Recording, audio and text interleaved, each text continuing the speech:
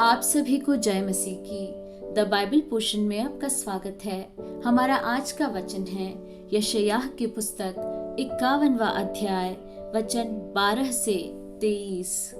मैं ही तेरा शांति दाता हूँ। तू कौन है जो मरने वाले मनुष्य से और घास के समान मुरझाने वाले आदमी से डरता है और आकाश के तानने वाले और पृथ्वी की नींव डालने वाले अपने कर्ता यहोवा को भूल गया है।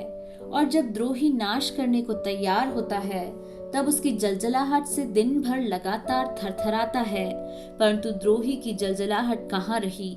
बंदी शीघ्र ही स्वतंत्र किया जाएगा, वह गड्ढे में न मरेगा और न उसे रोटी की कमी होगी। जो समुद्र को उथल पुथल करता, जिससे उसकी लहरों में गर्जन होती है, वह मैं ही तेरा परमेश्वर यहोवा हूँ। मेरा नाम सेनाओं का यहोवा है।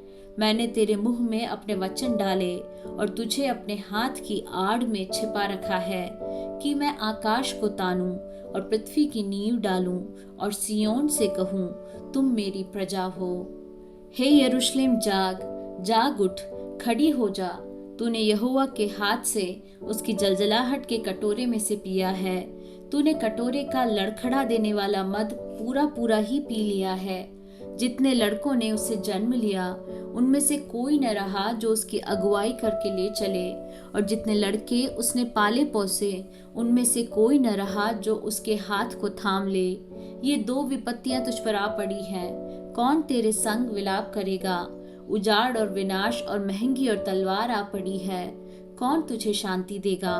तेरे लड़के मूर्छित होकर हर एक सड़क के सिरे पर महाजाल में फंसे हुए हिरण के समान पड़े हैं। यहोवा की जलजलाहट और तेरे परमेश्वर की धमकी के कारण वे अचेत पड़े हैं। इस कारण है दुखियारी, सुन, तू मतवाली तो है परंतु दाखमधु पीकर नहीं।